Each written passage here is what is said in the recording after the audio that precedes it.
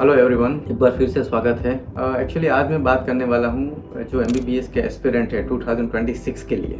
उसके लिए बहुत बड़ी न्यूज़ निकल के आ रही है, गुड न्यूज़ है फ्रॉम फिलीपींस से। फिलीपींस की जो अब तक की जो रेगुलेटरी सिस्टम थी वो इंडिया की एनएमसी से मैच नहीं हो रही। तो अभी उन लोगों ने क्या किया है, जो रेगुलेशन 73 के अंडर में जो भी सेक्शन आते थे वो उन लोगों ने एक्सेप्ट कर लिए।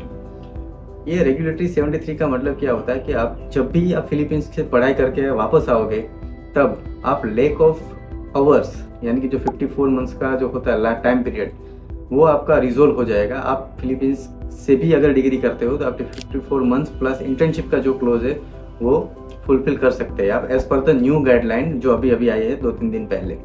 तो एक गुड न्यूज़ है, जो भी स्टूडेंट्स एमबीबीएस पढ़ने के लिए जाने चाहते हैं फॉरेन कंट्रीज में, स्पेशली फिलीपींस के लिए। अभी ये गुड न्यूज़ तो है पर ये 100% गुड न्यूज़ नहीं है, क्योंकि वहाँ पे ये जो पूरा क्लोज डिस्क्लोज हुआ है वहाँ पे एक और चीज़ मेंशन की गई है, और ये चीज़ ये है उसको बोलते हैं रिकवरी अग्रीमेंट। ये अग्रीमेंट ऐसा होता है कि फिलीपींस के जो भी बच्चे वहाँ पे पढ़ते हैं और इंडिया से जो भी बच्चे वहाँ पे पढ़ते हैं वो सबको पीएल मतलब प्रैक्टिस लाइसेंसिंग एग्जाम में उसको बैठने दिया जाएगा।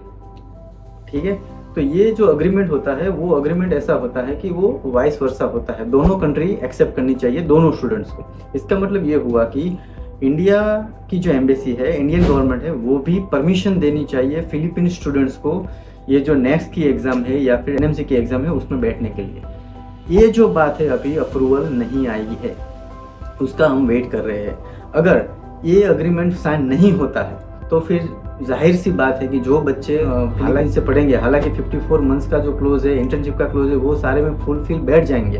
पर एज पर दी फिलीपींस लॉ जो भी कंट्री वाला या गवर्नमेंट है वो अगर उसके स्टूडेंट को वहाँ की मेडिकल एग्जाम में बैठने नहीं देती तो फिर जो फिलीपींस गवर्नमेंट है वो भी दैट पर्टिकुलर कंट्री के स्टूडेंट को उस पर्टिकुलर फिलीपींस की मेडिकल एग्जाम में बैठने नहीं देगी। तो सीधी सी बात ये हो गई कि अगर इंडियन गवर्नमेंट ने ये बात नहीं मानी कि अगर फिलीपींस के बच्चे भी जिसने फिलीपींस प्रॉपर है वहाँ पे एमबीबीएस की पढ़ाई की है वो लोग इंडिया में बैठ सकेंगे, अगर उस बात से इनकार कर दिया तो फिर ये क्लोज हम फुलफिल नहीं कर पाएंगे और फिर हम वहीं के वहीं रह जाएंगे। यानी कि अगर आप फिलीपींस से एमबीबीएस कर भी रहे हो या 54 मंथ्स इंटर्नशिप वाला क्लोज आप फुलफिल भी कर रहे हो, फिर भी एज पर दी गाइडलाइन आप ये लाइसेंसिंग प्रैक्टिस एग्जाम में नहीं बैठ सकते हो, तो आप इंडिया में एनएमसी की एग्ज़ाम नहीं दे सकते हो।